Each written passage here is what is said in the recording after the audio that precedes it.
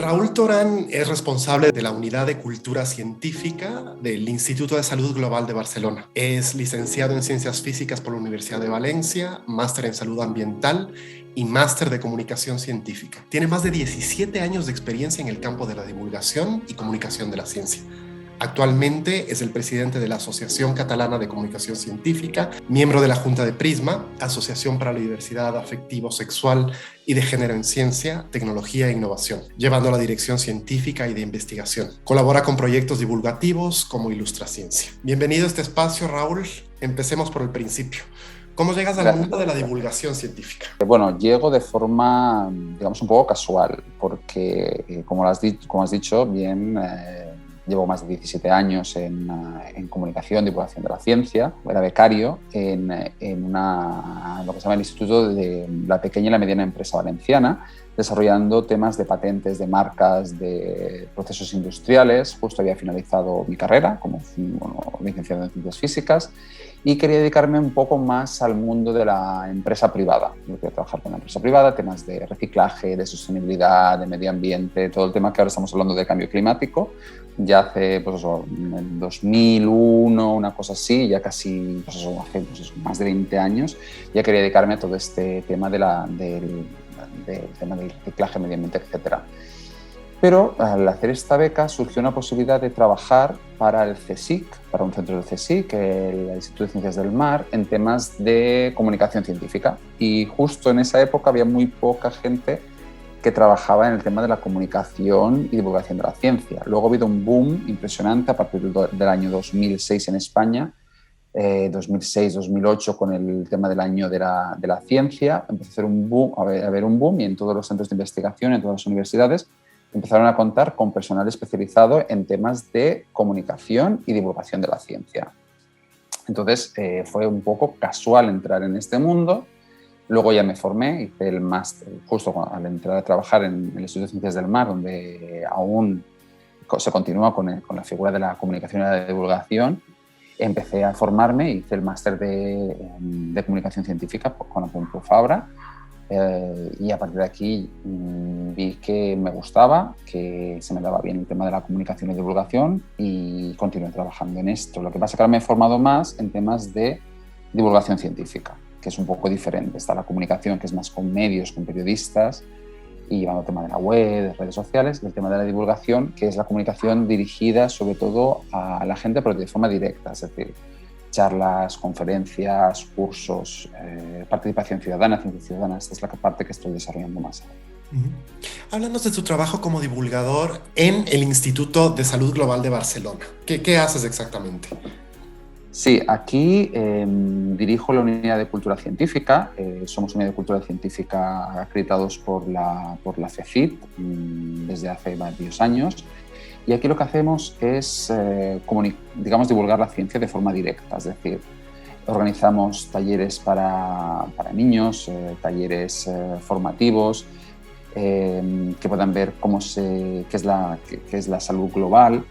También buscamos nuestros propios proyectos de participación ciudadana, participamos en proyectos europeos, en proyectos también locales y nacionales. Intentamos buscar financiación para financiar la unidad y poder desarrollar esta divulgación científica hacia la sociedad. Pretendemos que el conocimiento que generan los científicos, que generan los científicos y las científicas de IS Global, llegue a la sociedad, no solo a través de los medios de comunicación, sino de forma directa con la sociedad. De esta forma, podemos también saber qué piensa la gente de la ciencia. Tenemos un proyecto que se llama Cities Health, que justo estamos ya en las últimas fases. Este año, con la pandemia, en lugar de finalizar este año, finalizará a mediados del próximo año, porque se ha retrasado un poco el proyecto, pero finalizará el proyecto. Y en este proyecto la gente ha participado de forma continua en todas las fases del proyecto. Nos han dicho cuál sería la pregunta de investigación, cómo querían la metodología, qué resultados esperaban. Han participado tomando datos, recogiendo estos datos, y entonces vemos que la participación ciudadana cada vez será más importante, y este ejemplo de proyecto, que luego quedará un repositorio, quedará toda una web que se llama Citizen Science Toolkit. Aquí la gente que quiera hacer un proyecto de ciencia ciudadana del campo que quiera, es decir, puede ser de matemáticas, de física, de biología, de lo que quiera de astronomía, podrá tener ejemplos para inspirarse y también subir sus propios ejemplos. Es decir, que la idea es que la ciencia cada vez sea más participativa y no hacer la ciencia sin la gente, sino hacer la ciencia con la participación de la ciudadanía. Esto es muy interesante, porque no está orientado concretamente a otros científicos, es decir, a pares, sino a la gente en general, ¿no? Es decir, cualquier persona que tenga un interés científico, más allá de que tenga o no un background de ciencia, puede meterse y colaborar. Exacto, sí, sí, los proyectos de ciencia ciudadana lo único que necesitas es interés y curiosidad. En el fondo, para dedicarte a la ciencia necesitas interés, curiosidad y paciencia, porque claro, a veces los resultados no son inmediatos. También lo hemos visto con el coronavirus, que a veces llegaban noticias contradictorias, pero esto no es porque la ciencia avanza con el nuevo conocimiento. Entonces, hay veces que no se sabía cómo se transmitía el virus, luego se vio que era a través de los aerosoles, los droplets. Entonces, esto al principio no se pensaban que no era una vía de transmisión y luego se vio que sí que se transmitía. Entonces, la ciencia avanza a través de muchos pasos y queremos que la gente ayude a desarrollar estos pasos. Es decir, hay veces que hay investigación que sin la participación de la gente no sería posible. Es decir, por ejemplo, para identificar estrellas, por ejemplo, o también patrones de malaria. Es decir, que hay muchos campos en los cuales la gente puede participar si realmente les interesa o tiene un mínimo de interés en participar, y pueden participar de muchas formas. Es decir, simplemente haciendo una foto de una posible nueva especie y mandándola a una web y luego un experto identifica esa especie, recogiendo muestras o simplemente a veces dando la opinión de ciertos temas científicos, que eso también es una forma de participar en la ciencia. Bueno, uno de los aspectos más interesantes de tu carrera como comunicador tiene que ver con el trabajo que estáis sacando adelante a través de Prisma. Cuéntanos un poco de Prisma. ¿Qué es? ¿Cuáles son sus objetivos? Prisma es una asociación muy joven, creada recientemente, hace 3 años ya, que lo que pretende es visibilizar la investigación del campo LGTBI y también los investigadores LGTBI. ¿Por qué? Porque aunque nosotros los investigadores e investigadoras vivamos, digamos, es como si fuera una especie de... A veces la gente piensa que somos como una élite o que estamos apartados del mundo. Realmente no lo estamos, porque lo que intentamos es responder a preguntas de la propia sociedad. Lo que pasa es que sí que hay campos que a lo mejor pueden ser un poco alejados, en principio, de los intereses de la población, pero, por ejemplo, hasta hace 3 años, la gente que investigaba coronavirus, nadie había escuchado que era un coronavirus, pero había investigadores e investigadoras que trabajaban en coronavirus. Cuando ha salido toda la crisis de la COVID-19, entonces se les ha hecho caso a estos investigadores o investigadoras. Pues lo que pasa con Prisma es un poco parecido. Dentro del colectivo de investigadores e investigadoras hay una parte que son, digamos, del colectivo LGTBI. Y lo que nos hemos unido para visibilizar la figura del colectivo LGTBI en ciencia, para poder desarrollar congresos, explicar qué investigación se está desarrollando. También si hay alguna investigación que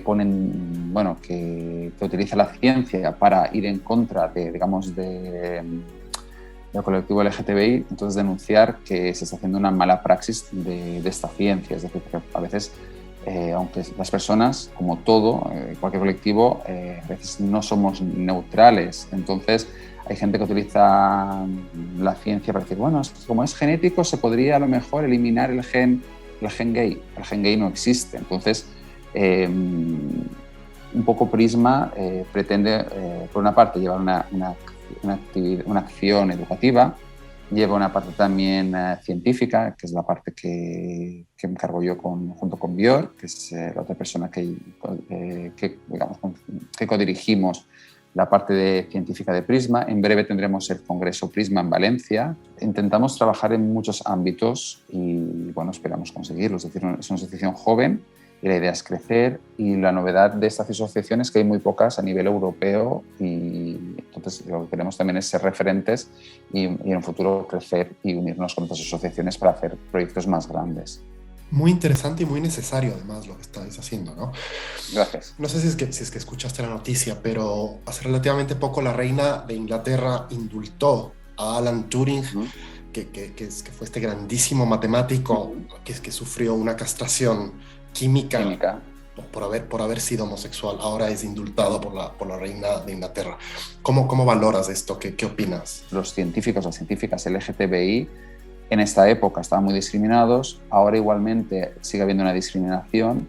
También vemos, esto en las charlas de Prisma lo vemos, que cuando, por ejemplo, en las ciencias que hay más mujeres, hay menos discriminación al colectivo LGTBI, pero a lo mejor otras que hay menos mujeres, como pueden ser las ingenierías o la física, sigue habiendo mucha discriminación y autocensura. Es decir, por ejemplo, si estás en un entorno más abierto, tú puedes decir, bueno, tengo pareja que es hombre, si eres gay, o soy bisexual, o si eres transexual y haces la transición, estás mucho más arropado, estás en un entorno mucho más abierto. Entonces, por eso es importante haber restablecido la figura de Alan Turing y totalmente a favor de que se haya restablecido, pero ojalá no le hubiera pasado esto, es decir, que después de todo lo que hizo en la Segunda Guerra Mundial para su trabajo con Enigma, no tendría que haber llegado a haberlo degradado de esta forma y haber hecho esta castración química que era totalmente, lógicamente, innecesaria.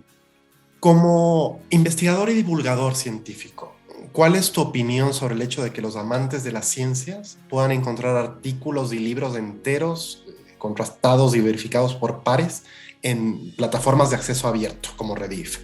Es algo imparable, es decir, que tampoco no tiene sentido que, digamos, cuando tú publicas un artículo científico, eres investigador, tienes que pagar por publicar un artículo científico y luego otros científicos tienen que pagar por acceder a este artículo científico. Entonces, al final hacemos que la ciencia sea cara y lo que decíamos, que puede llegar a ser elitista, porque si solo pueden acceder a esos artículos la gente que puede pagar, todos los estudiantes, cuando hablo de estudiantes me refiero tanto a estudiantes de doctorado, los PhD, los futuros investigadores, también estudiantes universitarios, estudiantes de secundaria que pueden estar curiosos por ver qué es un artículo científico, cualquier periodista que necesite consultar ese artículo científico. Es decir, si hacemos la ciencia inaccesible, lo que se pretende, lo que se consigue es que no llegue el conocimiento científico a la sociedad, y lo que se quiere realmente por parte de los científicos y las científicas es que este conocimiento realmente llegue a la sociedad. Cuanto más llega a la sociedad,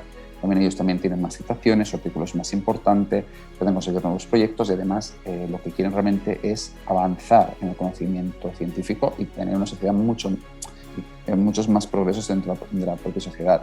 No tiene sentido que los artículos sean tan caros. Entonces, al final se tendrá que llegar a un acuerdo entre las revistas para ver cómo pueden hacer accesibles estos artículos, porque claro, también las revistas también tienen su papel. Hacen una especie de, aunque luego los pares son los que revisan el artículo, hacen una especie de trabajo para agrupar esos artículos, le dan un sello de calidad, pero no tiene sentido que sean tan caros, tan caro el acceso a esos artículos, que además muchos de ellos han sido financiados con dinero público, por lo menos en el caso de Europa, que llegan todos los artículos vienen de los proyectos europeos. Este dinero es público y cada vez más la Unión Europea pide que se publiquen en acceso abierto. Puedes publicarlo en una revista, digamos, Nature Science, o cualquier otra, que sea de pago, pero al final te pide también que se publique en una revista de acceso abierto para que este conocimiento llegue a la sociedad. Bueno, en Rediff tenemos decenas de miles de artículos y libros científicos en acceso abierto que están disponibles para los lectores y los investigadores iberoamericanos. Y aprovecho que estamos conversando para hacer una invitación a todas las personas que nos están viendo para que se sumerjan en el mundo de la ciencia a través de nuestro indexador.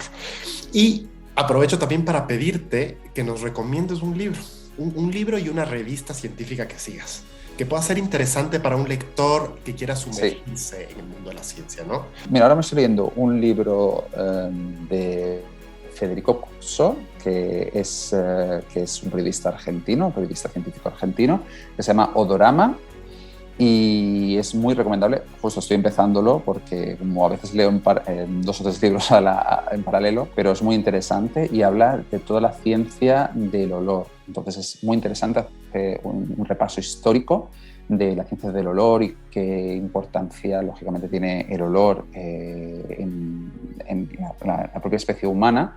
Y es una parte de ciencia, también cultura, y es muy interesante. Bueno, te agradezco, Raúl, muchísimo por tus reflexiones, por el excelente trabajo de comunicación que sacas adelante. Esta ha sido una conversación súper interesante y muy rica, y seguiremos de cerca el trabajo de comunicación que estás haciendo.